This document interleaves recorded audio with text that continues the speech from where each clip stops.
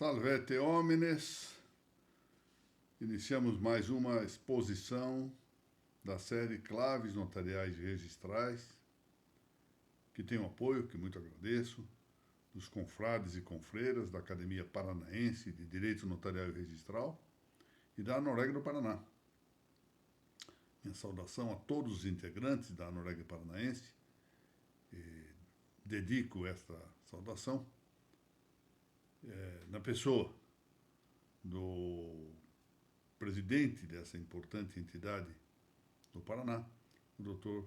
Matheus Afonso Vido da Silva.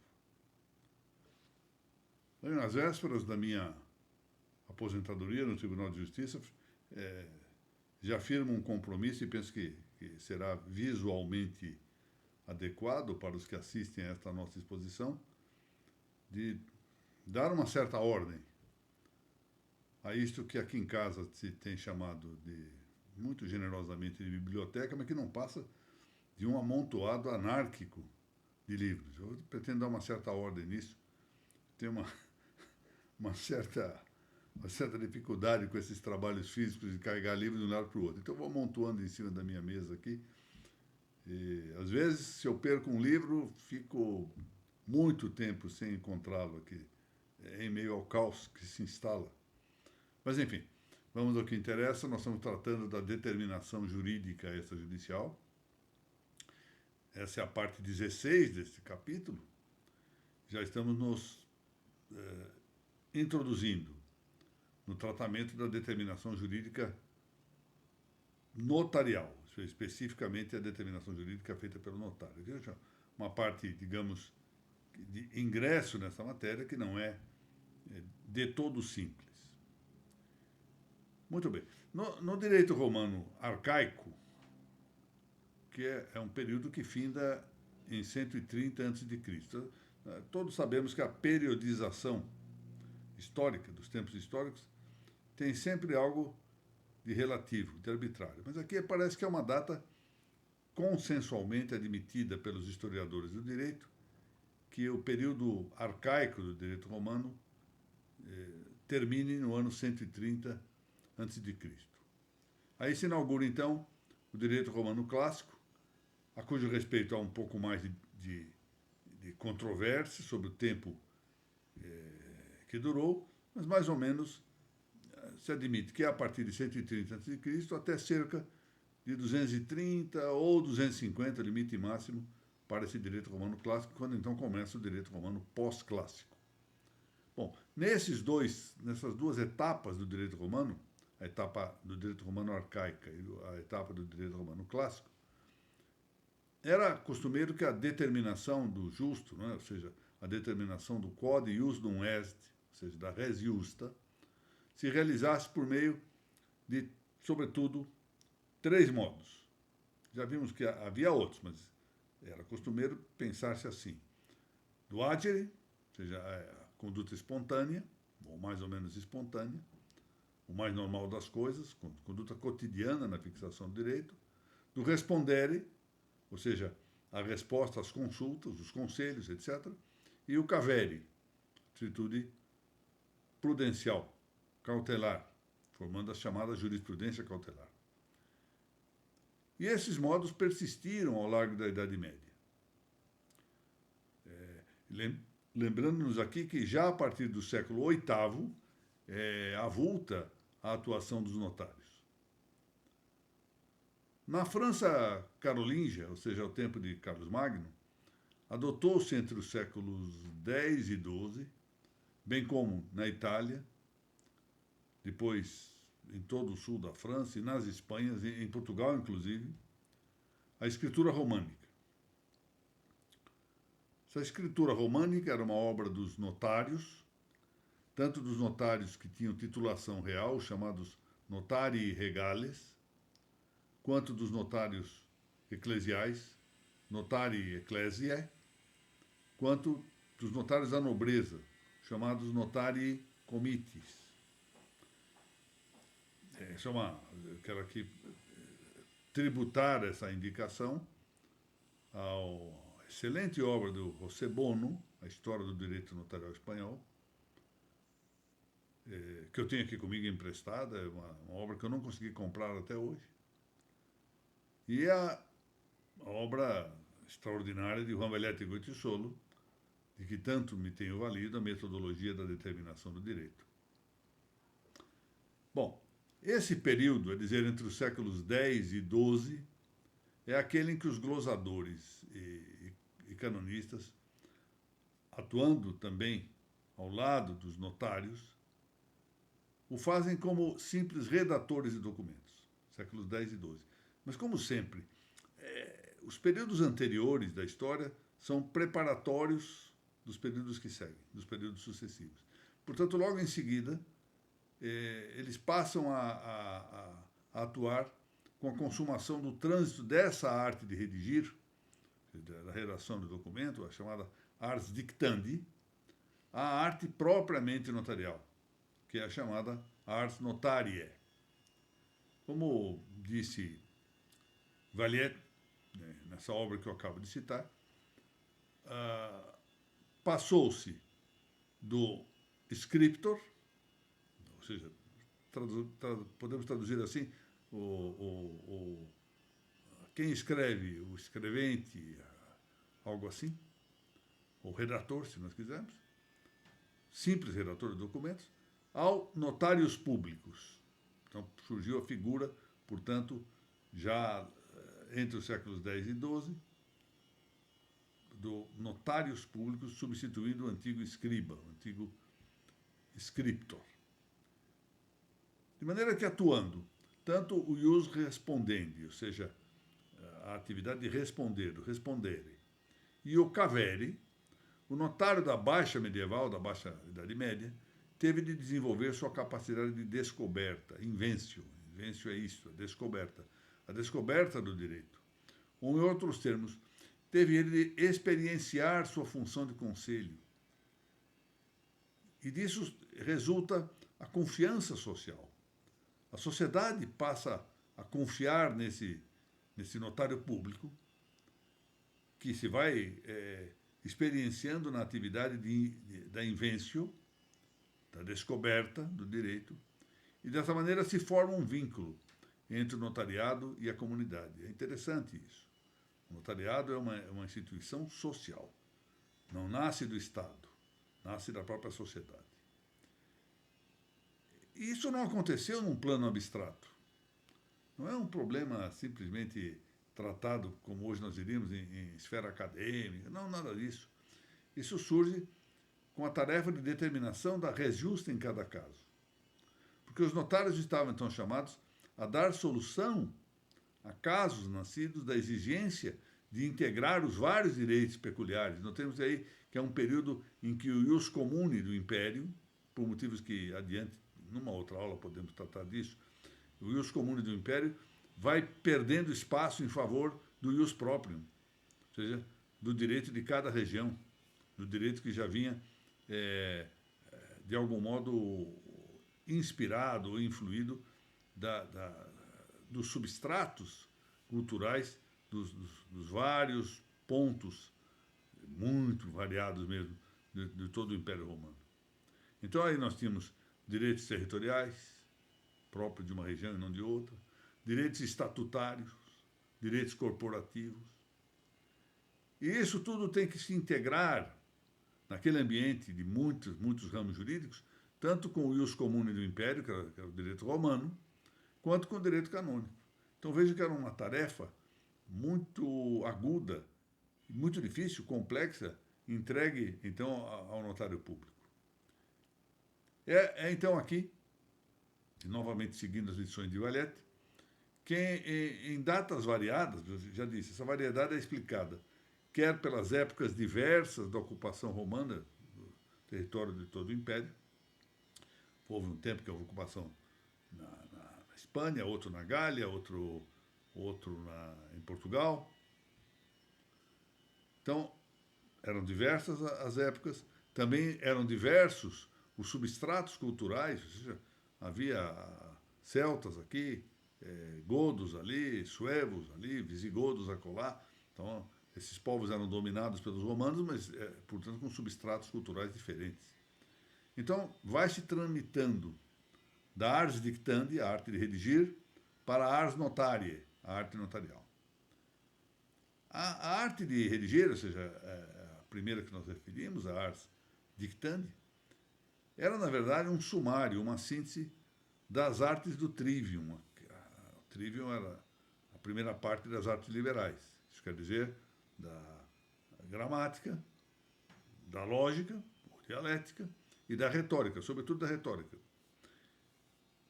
Então, daí emergia uma técnica de redação, que se chamava dictare, e a observância das regras gramaticais, das regras lógicas, das regras de estilo, o dictamen. Tais como elas já eram ensinadas e aprendidas desde as escolas monacais, até que depois vem para as escolas palatinas, as escolas urbanas, né? As palatinas, as claustrais, etc. Então servia essa ars dictandi, por exemplo, a redação de cartas. É interessante nós pensarmos isso, mas uma das tarefas relevantes que se encontram na Baixa Idade Média era a redação de cartas que alunos dirigiam a seus pais, pedindo dinheiro para mantê-los nos locais em que estavam estudando, nas universidades que estavam criadas pela igreja e estavam florescendo nesse período. E essas cartas eram redigidas por notários, uma atividade social importante naquela altura. Mas não eram só as epístolas que eram redigidas pelos notários. Eles também redigiam os documentos públicos, privilegia, assim se chamavam, e os documentos privados, instrumenta, assim que eram chamados. Então, era essa a tarefa dos notários. Tudo isso tendo que lidar com um mundo de informações, frequentemente contrastantes, convivência do ius proprium com o ius comune, a atuação do direito canônico, e tendo de ir aos poucos, vendo o que dava certo e o que não dava certo, e expedindo, então, as célebres fórmulas, célebres formulários, que serviram depois para o desenvolvimento da arte notarial. Lembremos, então, que essa arte notarial, que era uma arte exclusiva dos notários, né, começa com Raniero da Perugia. Isso nós estamos falando no início do século XIII. E eu tenho insistido muito em observar que a Universidade de Bolonha tinha como que um departamento, hoje nós chamaremos assim, um departamento só para o direito notarial, para a arte notarial. E ainda que não haja, que não falte, é preciso dizer isso, não falte alguma obra seminal, reconhece com o trabalho de Raniero di Perugia, o Raniero da Perugia, a criação da arte notarial. Ele foi professor na Universidade de Bolonha, viveu entre fins do século XII e meados do século XIII, era um chamado Magister Artis Notariae, ou seja, um mestre na arte da arte notarial, e ele então publica, na primeira metade do século XIII, a sua Ars Notariae. A denominação desse livro também foi repetida, recolhida por Salatiel, um outro pensador um pouquinho posterior. Ele também, o Salatiel, que era um professor artis notariae ou doctor notariae, outro professor importante de Bolonha. E, por fim, lembremos-nos também da obra do mais clássico dos notários, chamado O Notário por Antonomasia, que foi Rolandino Passagieri, também um pouco posterior a Rainer de Perugia. Ele morreu já no século XIV, bem no começo do século XIV. E da obra de Rolandino Passagieri, dessa obra é sobretudo assinalável o seu trabalho Apparatus Super Summa Notariae, que é conhecida, até tem uma edição mexicana, relativamente recente, e que põe à mostra exatamente essa indicação. Ela era conhecida como Aurora, essa obra. E depois, tendo sido ela completada por um trabalho de Pedro de Unzola, passou a ser conhecida como Meridiana. A Meridiana é essa obra Aurora, com o complemento de Pedro de Unzola. Uma série de formulários ali. Já tivemos oportunidade, aqui em algum dos nossos cursos, tratar especificamente dessa obra. Bom, o que nós temos, na verdade, é uma nova ciência, que incluía, além da escrituração, que já era objeto da antiga ars dictandi, a formulação do negócio jurídico. A novidade da nova ciência é que não se limita a redigir, mas intervém o notário para a formulação do negócio jurídico. E, portanto, já estávamos nos tempos iniciais da ciência artis notariae, a ciência da arte notarial. A ciência que reunia, notem bem, hein? Ciência artis, ou seja, ciência das artes. Ou, se nós quisermos, melhor, literalmente, ciência da arte notarial. Isso faz conjugar, portanto, a ideia de ciência com a ideia de arte, que é muito comum no direito, que nós, no fundo, andamos perdendo esta ideia do direito como arte, na medida em que o positivismo, o nominalismo, o voluntarismo foram crescendo no ambiente jurídico. Bom, essa ciência da arte notarial reunia as destrezas próprias do notário e suas obras. Artes essas que como já dissemos, tiveram origem com essa passagem histórica da ars dictandi, a arte de redigir os dicta, a arte de redigir os documentos, para uma etapa superior de desenvolvimento das funções do notário. Uma etapa que consolidou, agregando a sua auctoritas, quer dizer, o seu saber socialmente reconhecido, a fides publica, que consolidou, repito, o tipo geral do notariado latino. Aí está caracterizado o notariado latino. Assim, a ars notarii ou ars notariae, suposto que sejam expressões sinônimas, acerca disso há controvérsias, é tanto a própria da destreza do notário, quanto a ligada ao opus produzido, factio, ou seja, ao documento segundo a destreza notarial. Estava aí o resultado das atividades de respondere e das atividades do cavere, com a elaboração, então, como eu disse há pouco, elaboração literária de um conjunto de fórmulas para servir de modelo na atuação notarial. A nova ciência notária é, ainda que em nossos tempos, pode e deve caracterizar a perseverança do notariado latino. Como disse muito bem José Bono, o scriptor e a carta da alta medieval e da Idade Média, chamada de central, são algo muito distinto do notários públicos, o scriptor é distinto do notários públicos, e a carta é distinta do instrumento público, que desde o século XII, uma coisa e outra, notários e instrumentum publicum, perduram até nossos dias. Então, nós agora devemos, na próxima exposição, nos dedicar exatamente a entender em que consistiram exatamente as fórmulas, em que consistiu o formulário, e vamos então compreender por que o século XIII é considerado a idade de ouro, o século de ouro do notariado. Muito bem, assim encerramos a exposição de hoje.